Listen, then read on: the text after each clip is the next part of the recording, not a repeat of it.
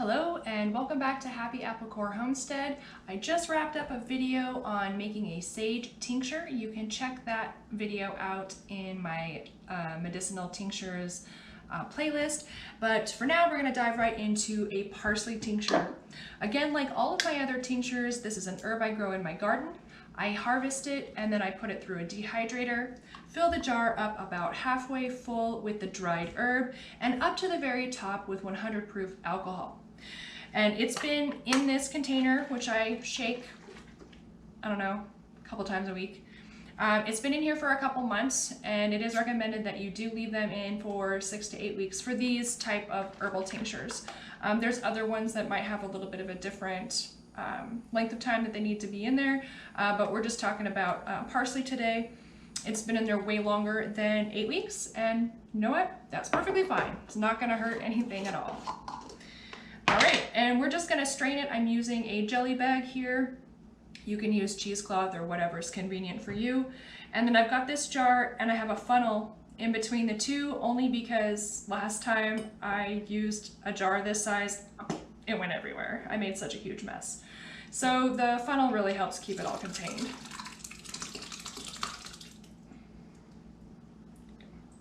Splashing myself all over. It's perfectly okay to squeeze the tincture out of the bag. It won't hurt anything. I know when you're making jelly, you don't want to squeeze the bag, but with tinctures, it's great. You just want to get all of that medicine out.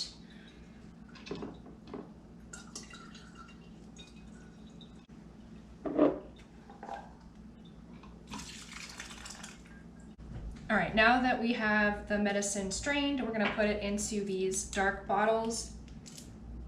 They'll stay good for years, maybe forever. It's preserved in the alcohol. And I use a syringe without the needle because it's just like so smooth and easy. And you'll just wanna make sure to leave enough space at the top of the jar so that the dropper can fit back in. And I find that to be just right here at the base.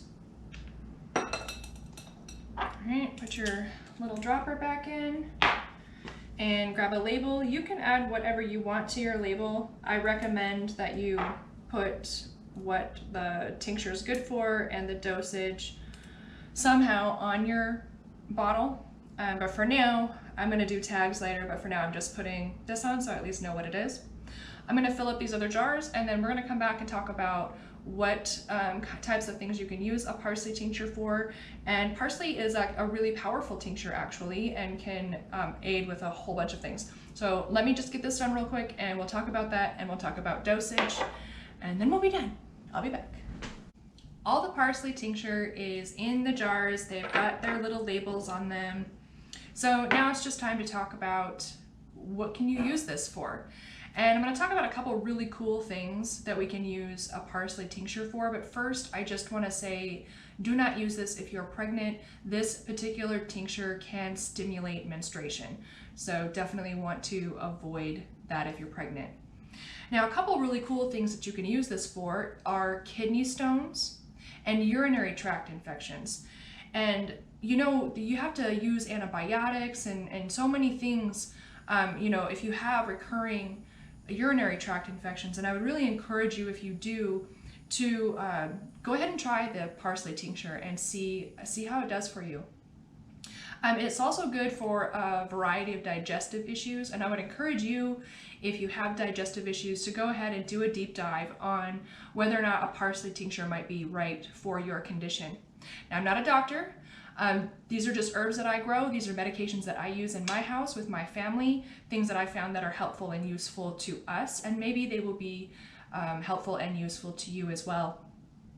As far as dosage goes, I always say this: start slow, put a few drops under your tongue, hold it there for 30 seconds, and then swallow it. I don't really recommend putting them in teas.